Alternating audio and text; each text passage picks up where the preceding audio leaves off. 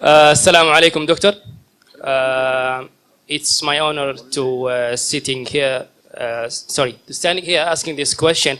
And at the same time, I'm very sad to ask this question. If the Quran is a book of the guidance, and the Islam is a religion of the knowledge and all this, then why we are Muslim as a nation, as a majority, we are standing in the back among the nations? Why, when we compare our nation with the other nations, we see a big hole between us and them? The brother asked a very good question, very important question, very relevant question. That if Quran has so much of information regarding science, technology, it's a book of knowledge, book of guidance, then why are we Muslims backward? It's a very good question. The reason is, if we look back into the history, from the 8th to the 10th century, we read in the historical books, the Europeans, they called it as the Dark Ages. Dark for whom? Dark for the Europeans. The Arabs, the advancement they made in science and technology was phenomenal.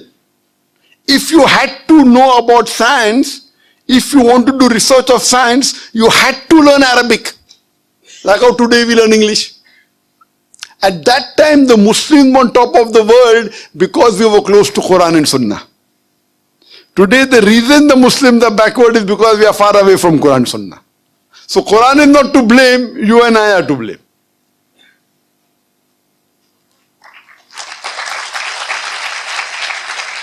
If you read in the books of history and books of science,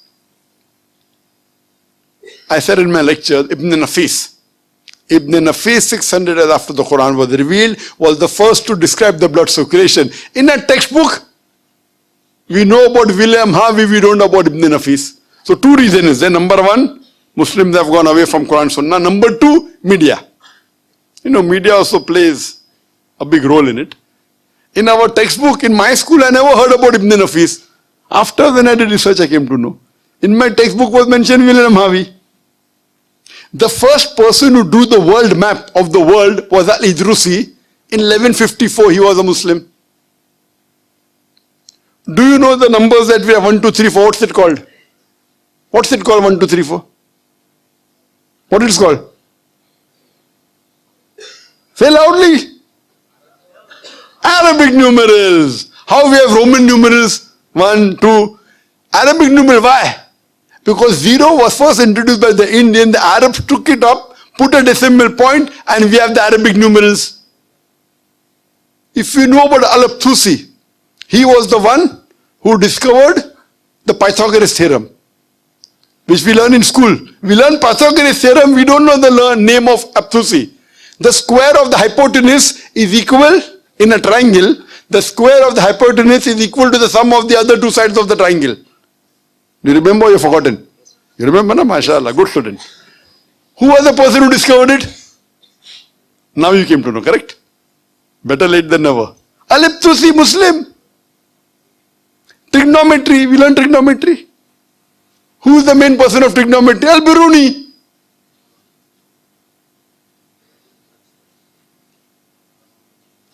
We learn chemistry. Who's the father of chemistry? We know. Geber. It's not Geber, it is Jaber ibn Hayyan. They want to, change the name, westernize it. Geber. So Geber looks like a westerner.